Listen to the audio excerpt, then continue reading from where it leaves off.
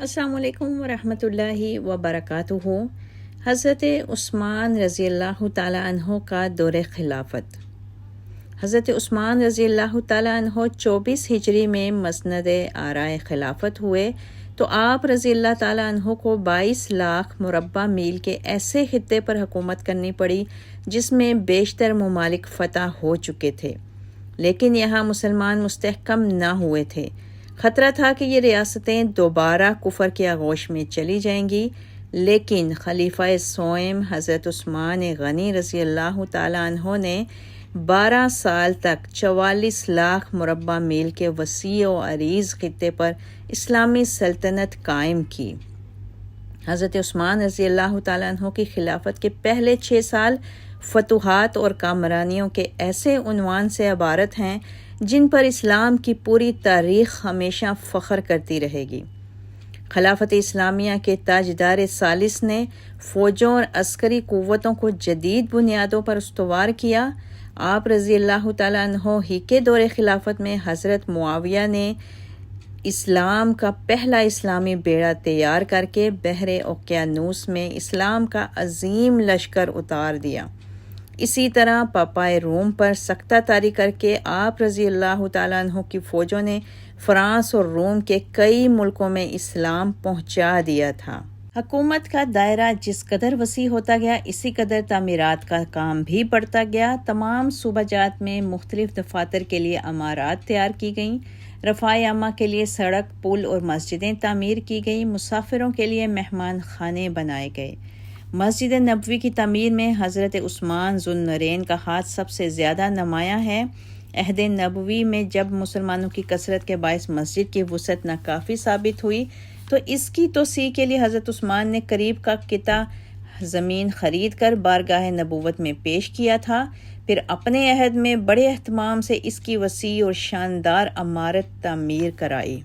عہد فاروقی میں جو مقامات فوجی مرکز قرار پائے تھے، عہد عثمانی میں ان کے علاوہ طرابلس، قبرص، طبرستان اور آرمینیا میں بھی فوجی مرکز قائم کیے گئے اور اضلاع میں چھاؤنیاں قائم کی گئیں جہاں تھوڑی تھوڑی فوج ہمیشہ تعینات رہتی تھی۔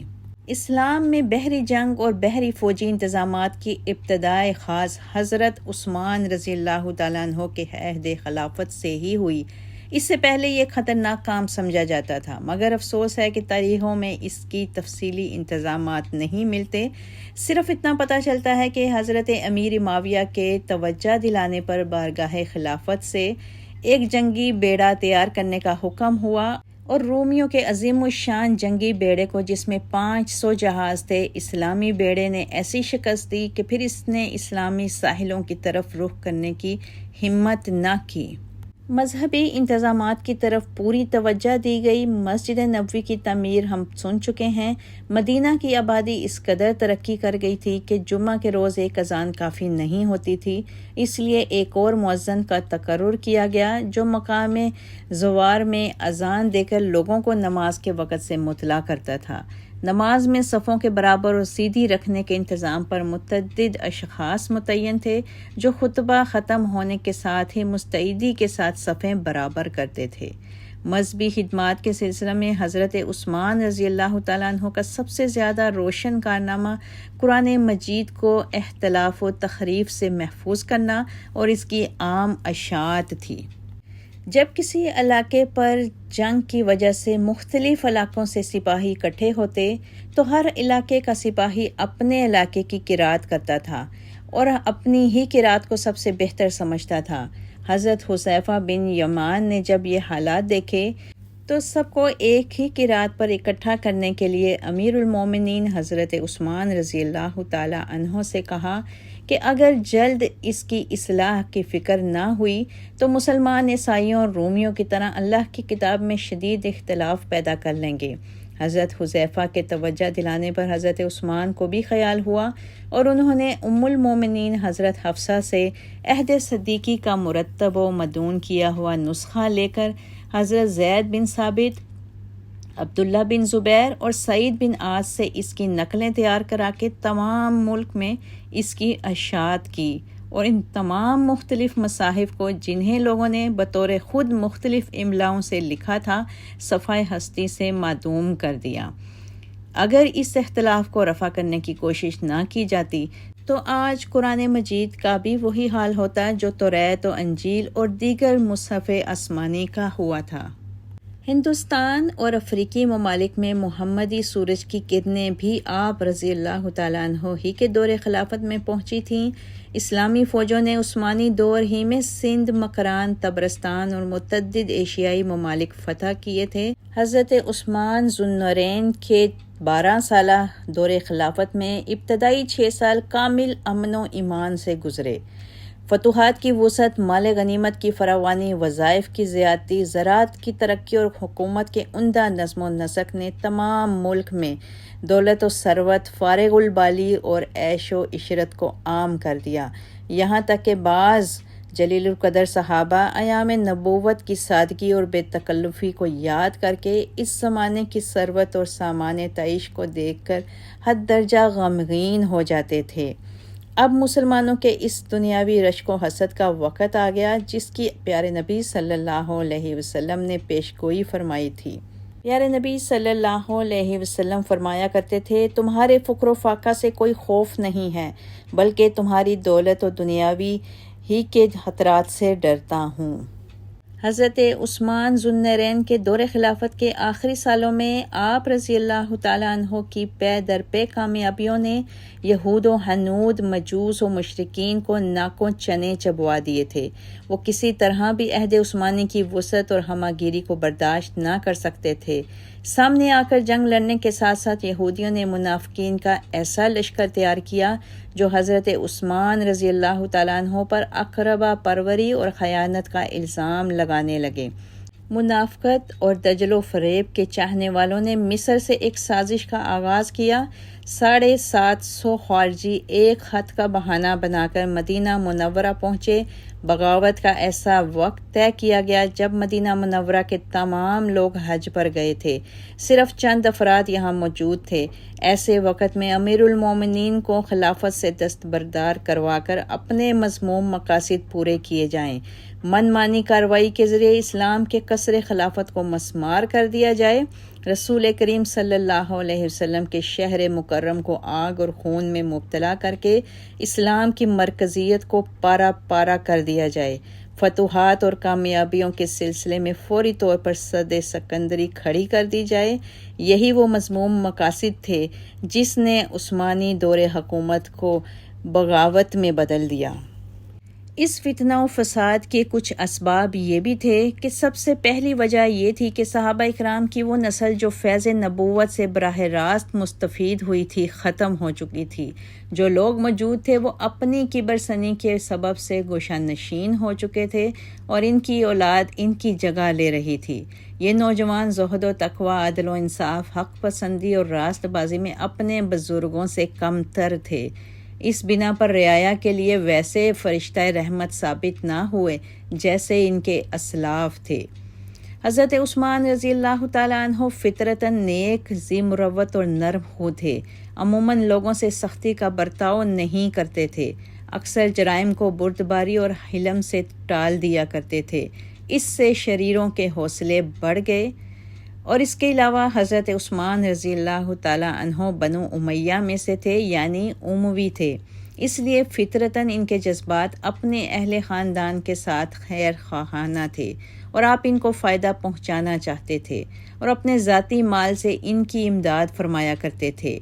شریر اور منافق لوگوں نے اس کو یوں ملک میں پھیلایا کہ حضرت عثمان رضی اللہ تعالیٰ عنہ سرکاری بیت المال سے ان کے ساتھ داد و رسی کرتے ہیں۔ ہر امام کی کامیابی کے لیے ضروری ہے کہ اس کے کارکن اور کام کرنے والے اس کے مطیع اور فرما بردار ہوں۔ اسلام کی دوسری نسل میں جو اب پہلی نسل کی جگہ لے رہی تھی، امام وقت کی اطاعت کا وہ مذہبی جذبہ نہ تھا جو اول الذکر میں موجود تھا۔ ایسی حالت میں حضرت عثمان رضی اللہ تعالیٰ عنہ نظام خلافت کے قیام و استحکام کے لیے بنی امیہ میں سے زیادہ افراد لینے پر مجبور ہوئے۔ بنی ہاشم بنی امیہ کے عروج و ترقی کو پسند نہیں کرتے تھے اور خلافت کے مناصب اور عہدوں کا سب سے زیادہ اپنے آپ کو مستحق سمجھتے تھے۔ یہودی یہ چاہتے تھے کہ مسلمانوں میں ایسی تفریق پیدا کر دی جائے کہ ان کی قوت پاش پاش ہو جائے اور مجوسی یہ چاہتے تھے کہ ایسا انقلاب پیدا کیا جائے جس میں ان کی مدد سے حکومت ایسے عام خاندانوں میں منتقل ہو جس سے وہ بہتر سے بہتر حقوق اور مراعات حاصل کر سکیں اور عام عربوں کے مقابلے میں ان کا استحقاق کم نہ سمجھا جائے۔ یہ وہ اغراض اور مقاصد تھے اور وہ کوششیں تھیں جو مختلف جماعتوں کی طرف سے ہوئیں اور ایسی بدگمانیاں اور ایسی شر انگیزیاں پھیلائی گئیں جو امیر المومنین حضرت عثمان رضی اللہ تعالی عنہ کی خلافت کے لیے انتہائی نقصان دہ ثابت ہوئیں۔ یہ تمام کوششیں صرف اور صرف امیر الوقت کو بدنام کرنے کی کوششیں تھیں۔ حضرت عثمان رضی اللہ تعالیٰ عنہ نے ان فتنوں کو دبانا چاہا، لیکن یہ آگ ایسی لگی تھی کہ جس کا بجھانا آسان نہ تھا۔ فتنہ پردازوں کا دائرہ عمل روز بروز وسیع ہوتا گیا، یہاں تک کہ تمام ملک میں ایک خفیہ جماعت پیدا ہو گئی تھی جس کا مقصد فتنہ و فساد تھا۔ اسی طرح بصرہ میں بھی ایک فتنہ پرداز جماعت پیدا ہو گئی۔ حضرت عثمان رضی اللہ تعالیٰ عنہ نے یہاں سے بھی کچھ آدمیوں کو ملک بدر کرا دیا، لیکن فتنے کی آگ اس حد تک بھڑک چکی تھی کہ یہ معمولی چھینٹے اس کو بجھا نہ سکے۔ مصر سازش کا سب سے بڑا مرکز تھا۔ مسلمانوں کے سب سے بڑے دشمن یہودی تھے، چنانچہ ایک یہودی نسل نو مسلم عبداللہ بن سبا نے اپنی حیرت انگیز سازشانہ قوت سے مختلف خیال رکھنے والے مفسدوں کو ایک مرکز پر متحد کر دیا، اور اس کو زیادہ مؤثر بنانے کے لیے اس نے مذہب میں عجیب و غریب عقائد پیدا کیے اور خفیہ طور پر ہر ملک میں اس کی اشاعت کی۔ موجودہ اہل تشیع فرقہ دراصل انہی عقائد پر قائم ہوا۔ اسی طرح ایک یہودی فتنہ حضرت عمر فاروق رضی اللہ تعالیٰ عنہ کے دور میں بھی اٹھا تھا، جن کی سازش سے ابو لولو فیروز مجوسی نے حضرت عمر فاروق رضی اللہ تعالیٰ عنہ کو شہید کیا تھا۔ اور یہ دوسرا فتنہ جو یہودی نسل سے اٹھا اور نو مسلم عبداللہ بن سبا اپنا اسلام کا لبادہ اوڑھ کر مدینے آ گیا۔ مفسدین کی جماعت تمام ملک میں پھیل گئی اور ان میں سے ہر ایک کا اپنا مطمع نظر تھا۔ یہ سب حضرت عثمان غنی رضی اللہ تعالی عنہ کی خلافت ختم کرنا چاہتے تھے، اور آئندہ خلیفہ کے انتخاب کے بارے میں بھی ہر ایک کی نظر الگ الگ شخصیتوں پر تھی۔ اہل مصر حضرت علی کے عقیدت مند تھے، اہل بصرہ حضرت طلحہ کے طرفدار تھے، اہل کوفہ حضرت زبیر کو پسند کرتے تھے، اہل عراق کی جماعت تمام قریش سے عداوت رکھتی تھی، اور ایک جماعت سرے سے عربوں ہی کے خلاف تھی۔ لیکن امیر المومنین حضرت عثمان کی معزولی اور بنو امیہ کی بے کنی پر سب باہم متفق تھے۔ عبداللہ بن سبا نے حکمت عملی سے ان اختلافات سے قطع نظر کر کے سب کو ایک مقصد یعنی حضرت عثمان رضی اللہ تعالیٰ عنہ کی مخالفت پر متحد کر دیا، اور تمام ملک میں اپنے داعی اور سفیر پھیلا دیے تاکہ ہر جگہ فتنہ کی آگ بھڑکا کر بد امنی پیدا کر دی جائے۔ حضرت عثمان غنی رضی اللہ تعالیٰ عنہ نے اس فتنے فساد کو ختم کرنے کے لیے اصلاح اور شکایتوں کے ازالے کی ایک آخری کوشش کی، اور تمام اعمال کو دارالخلافہ میں طلب کر کے اس کے متعلق ایک مجلس شورا منعقد کی، جس میں حضرت امیر معاویہ، عبداللہ بن ابی سرحہ، سعید بن ابی عاص اور عمرو بن عاص خاص طور پر قابل ذکر ہیں۔ حضرت امیر معاویہ نے کہا، ہر ایک عامل اپنے صوبے میں امن و امان قائم کرنے کا ذمہ لے، میں ملک شام کا ضامن ہوں۔ حضرت امیر معاویہ کو حضرت عثمان نے شام کا والی مقرر کیا ہوا تھا۔ مجلس شورا کے ارکان نے گرچہ اپنے اپنے خیال کے مطابق مفید آرائیں دیں، لیکن ان میں سے کسی رائے سے بھی اصل مرض کا ازالہ نہیں ہو سکا۔ ادھر دربار خلافت میں یہ رائے اور تجاویز دی جا رہی تھی، دوسری طرف ملک میں ایک عظیم الشان انقلاب کی سازش مکمل ہو چکی تھی۔ چنانچہ بصرہ، کوفہ اور مصر کے فتنہ پردازوں نے آپس میں طے کر کے اپنے اپنے شہر سے حاجیوں کی وضع میں مدینہ کا رخ کیا، تاکہ حضرت عثمان رضی اللہ تعالیٰ عنہ سے بزور بازو اپنے مطالبات تسلیم کرائیں۔ مدینہ کے قریب پہنچ کر شہر سے 2-3 میل کے فاصلے پر قیام کیا، اور چند آدمی اس جماعت کے سرکردہ تھے۔ باری باری حضرت طلحہ، حضرت زبیر، حضرت سعد بن ابی وقاص اور حضرت علی کے پاس گئے کہ وہ اپنی وساطت سے اس معاملے کا تصفیہ کرا دیں، لیکن سب نے اس جھگڑے میں پڑنے سے انکار کر دیا۔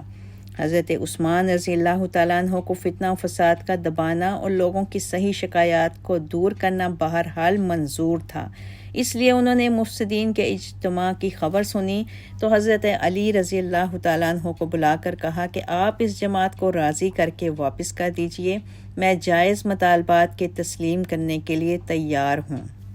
حضرت علی رضی اللہ تعالیٰ عنہ نے بات چیت کے ذریعے اس جماعت کو فی الوقت واپس کر دیا کہ دفتن اچانک ایک دن مدینہ کی گلیوں میں تکبیر کے نعروں اور گھوڑوں کی ٹاپوں سے شور قیامت برپا ہو گیا۔ کبار صحابہ گھبرا کر گھروں سے باہر نکل آئے، دیکھا کہ مفسدین کی جماعت واپس آ گئی ہے اور انتقام کی صدائیں بلند ہو رہی ہیں۔ حضرت علی رضی اللہ تعالیٰ عنہ نے بڑھ کر واپس آنے کا سبب دریافت کیا۔ مصریوں نے کہا کہ راہ میں دربار خلافت کا ایک قاصد ملا کہ جو نہایت تیزی و اجرت کے ساتھ مصر جا رہا تھا۔ اس کی مشتبہ حالت سے بدگمانی ہوئی اور خیال ہوا کہ ضرور ہم لوگوں کے متعلق والی مصر کے پاس احکام جا رہے ہیں۔ تلاشی لی گئی تو در حقیقت ایک ایسا فرمان برآمد ہوا جس میں ہدایت کی گئی تھی کہ ہم لوگوں کی گردن مار دی جائے، اس لیے اب ہم اس بد عہدی اور فریب کاری کا انتقام لینے آئے ہیں۔ اور اس جماعت نے حضرت عثمان غنی رضی اللہ تعالیٰ عنہ سے مسند خلافت سے کنارہ کش ہو جانے کا مطالبہ کیا۔ آپ نے فرمایا، جب تک مجھ میں جان باقی ہے میں اس خلت کو جو اللہ نے مجھے پہنایا ہے خود اپنے ہاتھوں سے نہیں اتاروں گا، اور حضور صلی اللہ علیہ وسلم کی وصیت کے مطابق میں اپنی زندگی کی آخری سانس تک صبر کروں گا۔ سیدہ عائشہ صدیقہ رضی اللہ تعالیٰ عنہ سے روایت ہے کہ حضرت صلی اللہ علیہ وسلم نے ارشاد فرمایا، اے عثمان، اللہ تعالیٰ تجھے خلافت کی ایک قمیض پہنائے گا، جب منافق اسے اتارنے کی کوشش کریں تو اسے مت اتارنا یہاں تک کہ تم مجھ سے آ ملو۔ ایک دفعہ پیارے نبی صلی اللہ علیہ وسلم احد کے پہاڑ پر کھڑے تھے کہ پہاڑ ہلنے لگا۔ نبی کریم صلی اللہ علیہ وسلم نے فرمایا، اے پہاڑ تھم جا، تیرے اوپر ایک نبی، ایک صدیق اور 2 شہید موجود ہیں۔ اس وقت پہاڑ پر حضرت ابوبکر صدیق، خود پیارے نبی، اور حضرت عمر اور حضرت عثمان رضی اللہ تعالیٰ عنہ کھڑے تھے۔ پیارے نبی صلی اللہ علیہ وسلم نے فرمایا تھا کہ ایک دور ایسا آئے گا جب ہر طرف فتنے ہوں گے، اور ایک شخص ایسا ہوگا جو ان فتنوں سے بچے گا، اور وہ شخص وہ ہوگا جو وہ سامنے جا رہا ہے۔ صحابہ اکرام نے فوراً اس شخص کی طرف بھاگے اور دیکھا تو وہ حضرت عثمان غنی رضی اللہ تعالیٰ عنہ تھے۔ فرمایا، اے نبی، یہ تو عثمان غنی ہیں۔ آپ صلی اللہ علیہ وسلم نے فرمایا، بالکل یہ عثمان غنی ہیں جو اپنے دور خلافت میں بے انتہا فتنوں کا مقابلہ کریں گے۔ بلاخر وہ جماعت جو باغیوں کے ساتھ موجود تھی، اس کا سربراہ عبداللہ بن سبا، اس کے لگائے گئے تمام الزامات کا حضرت عثمان غنی رضی اللہ تعالیٰ عنہ نے انہیں برابر جواب دیا۔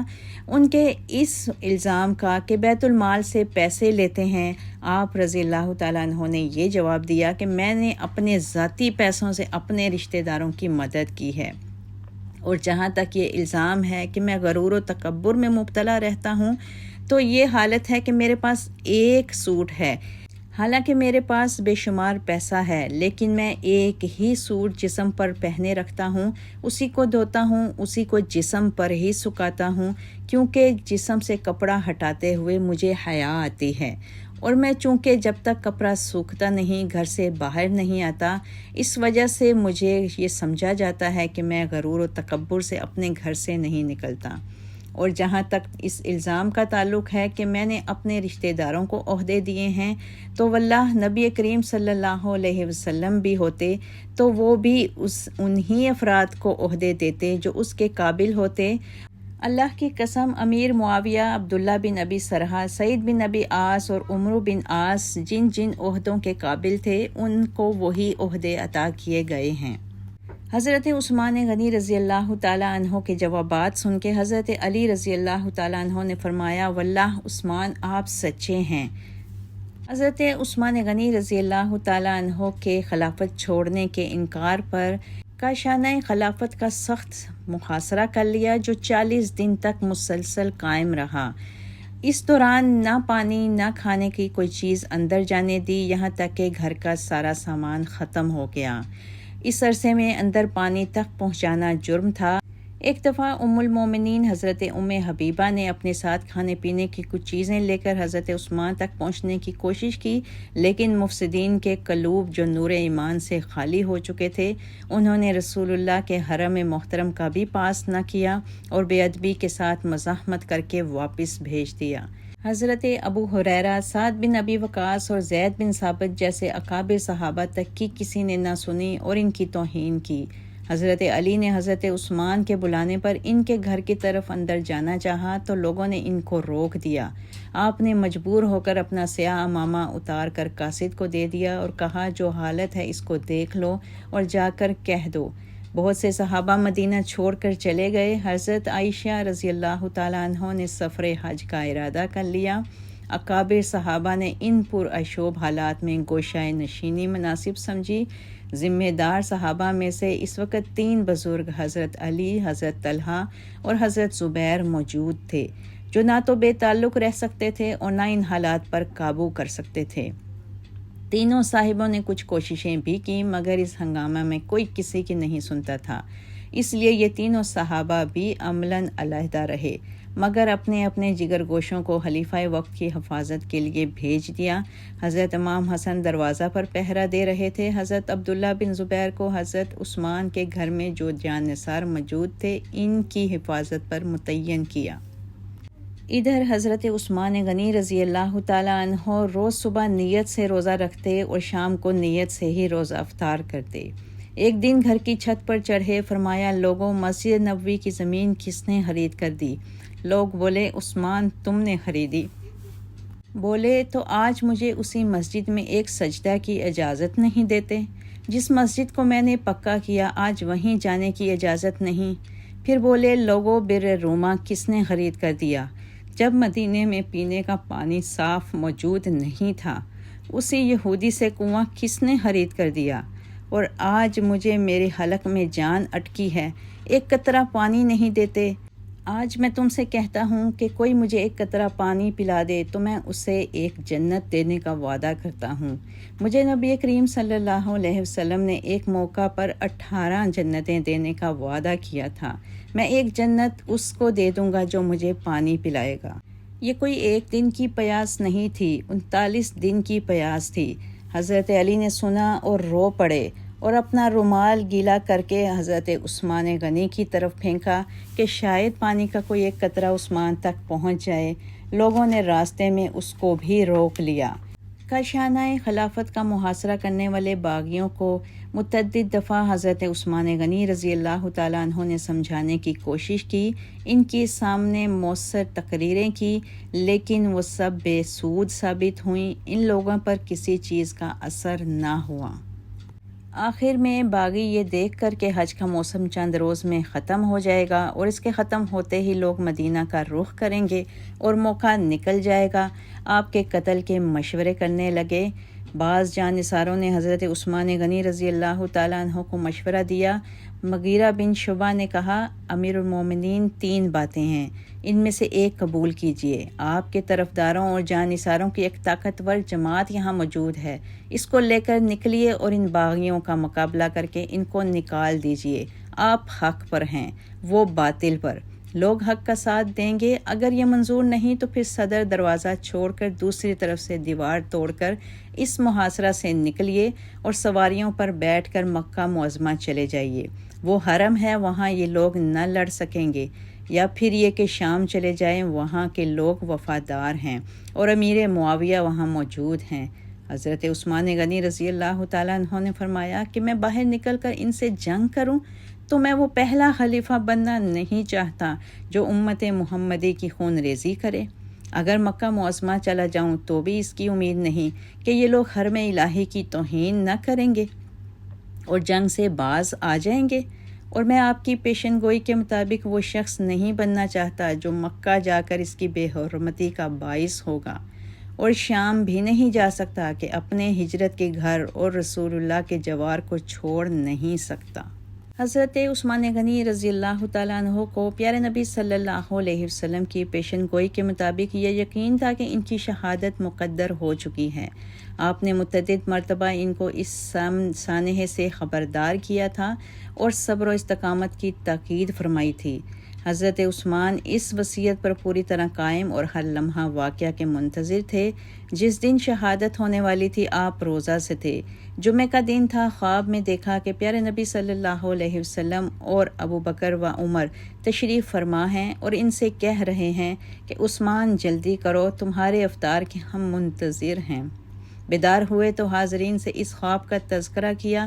اہلیہ محترمہ سے فرمایا کہ میری شہادت کا وقت آ گیا، باغی مجھے قتل کر دیں گے۔ انہوں نے کہا امیر المومنین ایسا نہیں ہو سکتا۔ فرمایا میں یہ خواب دیکھ چکا ہوں، اور پھر قرآن کی تلاوت میں مصروف ہو گئے۔ باغیوں نے مکان پر حملہ کر دیا۔ حضرت حسن رضی اللہ تعالیٰ عنہ جو دروازہ پر متعین تھے مدافعت میں زخمی ہوئے۔ 4 باغی دیوار پھلانگ کر اندر گئے۔ ایک باغی نے آگے بڑھ کر پیشانی مبارک پر لوہے کی لاٹ اس زور سے ماری کہ پہلو کے بل گر پڑے۔ اس وقت بھی زبان سے بسم اللہ توکلت علی اللہ نکلا۔ دوسری جانب ایک اور باغی نے ضرب لگائی جس سے خون کا فوارہ جاری ہو گیا۔ ایک اور سنگ دل باغی نے سینے پر چڑھ بیٹھا اور جسم کے مختلف حصوں پر پے در پے نیزوں کے 9 زخم لگائے۔ کسی شقی قلب نے بڑھ کر تلوار کا وار کیا۔ وفادار بیوی حضرت نائلہ نے جو پاس ہی بیٹھی تھی ہاتھ بڑھا کر روکا۔ 3 انگلیاں کٹ کر الگ ہو گئیں۔ اس کاری ضرب نے ذوالنورین کی شمع حیات کو بجھا دیا۔ شہادت کے وقت حضرت عثمان غنی رضی اللہ تعالیٰ عنہ تلاوت قرآن فرما رہے تھے۔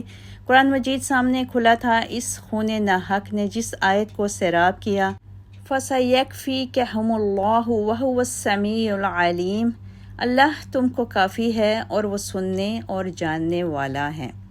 جمعہ کے دن عصر کے وقت شہادت کا واقعہ پیش آیا۔ 2 دن تک میت بے کور و کفن پڑی رہی۔ حرم رسول میں قیامت برپا تھی۔ باغیوں کی حکومت تھی۔ ان کے خوف سے کسی کو اعلانیہ دفن کرنے کی ہمت نہیں ہوتی تھی۔ اتوار کی رات کو چند افراد نے جان ہتھیلی پر رکھ کر تجہیز و تکفین کی ہمت کی اور غسل دیے بغیر اسی طرح خون آلود پیرہن میں شہید مظلوم کا جنازہ اٹھایا، اور کل 17 افراد نے کابل سے مراکش تک کے فرما روا کے جنازہ کی نماز پڑھی۔ حضرت جبیر بن مطعم رضی اللہ تعالیٰ عنہ نے نماز جنازہ پڑھائی اور جنت البقیع کے پیچھے خالی جگہ میں اس حلیم و بردباری کے مجسمہ اور بے کسی و مظلومی کے پیکر کو سپرد خاک کیا۔ بعد میں یہ دیوار توڑ کر جنت البقیع میں داخل کر لیا گیا۔ آج بھی جنت البقیع کے سب سے آخر میں مزار مبارک موجود ہے۔ صحابہ کرام رضی اللہ تعالیٰ عنہم اور عام مسلمانوں میں سے کوئی اس سانحہ عظیم کے سننے کے لیے تیار نہ تھا، اور کسی کو یہ وہم و گمان بھی نہ تھا کہ باغی اس حد تک جرأت کریں گے کہ امام وقت کے قتل کے مرتکب ہوں گے اور حرم رسول کی توہین کریں گے۔ دشمن اسلام نے سازش کا جو جال بچھایا تھا اس میں وہ کامیاب ہو چکے تھے۔ متحد اسلام سنی، شیعہ، خارجی اور عثمانی مختلف حصوں میں بٹ گیا اور ایسا تفرقہ پڑا جو قیامت تک کے لیے قائم ہو گیا۔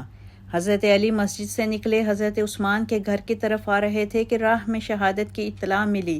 یہ خبر سنتے ہی دونوں ہاتھ اٹھا کر فرمایا اے اللہ میں عثمان کے خون سے بری ہوں۔ حضرت عمر کے بہنوئی سعید بن زید بن عمرو بن نفیل نے کہا لوگو اگر کوہ احد تمہاری اس بدعمالی کی سبب پھٹ کر تم پر گر پڑے تو وہ بھی بجا ہے۔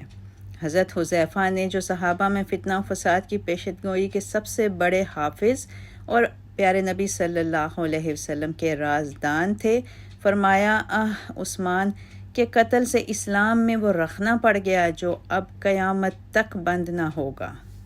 حضرت ابن عباس نے کہا اگر تمام خلقت عثمان کے قتل میں شریک ہوتی تو قوم لوط کی طرح آسمان سے اس پر پتھر برستے۔ عبداللہ بن سلام صحابی نے کہا آج عرب کی قوت کا خاتمہ ہو گیا۔ حضرت عائشہ رضی اللہ تعالیٰ عنہ نے فرمایا عثمان مظلوم مارے گئے، اللہ کی قسم ان کا نامہ اعمال دھلے ہوئے کپڑوں کی طرح پاک تھا۔